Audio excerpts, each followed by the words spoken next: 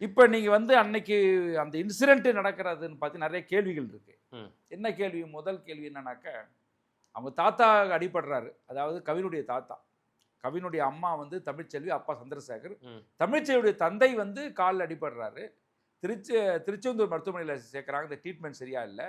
அப்போ இந்த பொண்ணு ஃபோன் பண்ணுது.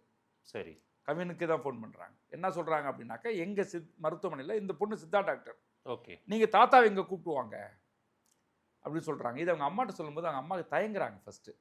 இப்போது ஏன் அந்த பொண்ணு உன்ட்ட பேசிச்சு அப்படி தான் கவின்ட்ட கேட்குறாங்க. இல்லைம்மா, அது வந்து நாங்கள் இப்போ பேசுகிறதில்ல, ஒப்பீனியன் கேட்டால் அதனால் சொன்னிச்சுன்னு உடனே அவங்களும் நினச்சிக்கிட்டாங்க, சரி நம்ம முதல்ல போவோம், தாத்தா வேண்டாம், அவர் அடிபட்டிருக்காரு, கேட்டுட்டு வரலான்னு சொல்லிட்டு அவங்க போய் கேட்க போயிருக்காங்க. கேட்டுட்டு இருக்கும்போது தான் பேசிகிட்டு இருக்கிறாங்க. யார் யார் போனாங்கனாக்கா, கவின் அவங்க அம்மா, கவினுடைய தம்பி, கவினுடைய தாய் மாமா, அதாவது தமிழரசி தமிழ்ச்செல்வியுடைய அவங்களுடைய தம்பி. அப்போ இந்த பையன் சுர்ஜித் அங்கே வரான்.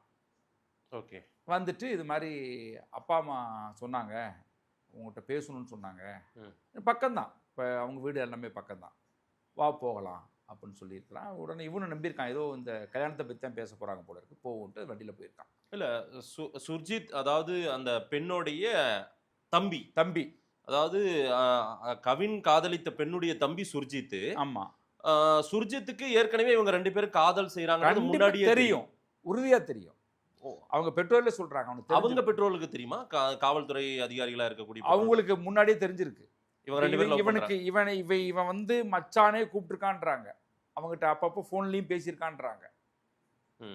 தெரியாமலாம் இல்லை, தெரிஞ்சுதான் இருக்கா. அந்த நம்பிதான் அவங்க அம்மா சொல்றாங்க, இவன் வந்து கொஞ்சமாவது கன்னிங்கா இருந்திருந்தானா போயிருக்க மாட்டான், அவன் அப்பாவித்தனமா நம்பினால்தான் அவன் போனான். போகும்போது ஒரு இடத்துல மறைச்சு வச்சிருந்த ஒரு இடத்துல நின்றுருக்காங்க. இறங்கினோடனே காஸ்ட் நேம் இவங்க பின்னாடியும் போயிருக்கிறாங்க. இல்லைங்க, உறவாவோ நட்பாவோ இருந்தவங்க திடீர்னு ஒரு ஆணவ கொலை இடத்துக்கு போறாங்கன்னா ஒரு தூண்டுதலால் நடத்தப்பட்டிருக்குன்னு நினைக்கிறீங்களா? இது கண்டிப்பா அவனுடைய எனக்கு தெரிஞ்ச தகவல் என்னன்னா, அண்மை காலமா அவனுடைய சேர்க்கை சரியில்லைன்றாங்க. யாருடைய சேர்க்கை? அந்த சுர்ஜித்துடைய சேர்க்கை.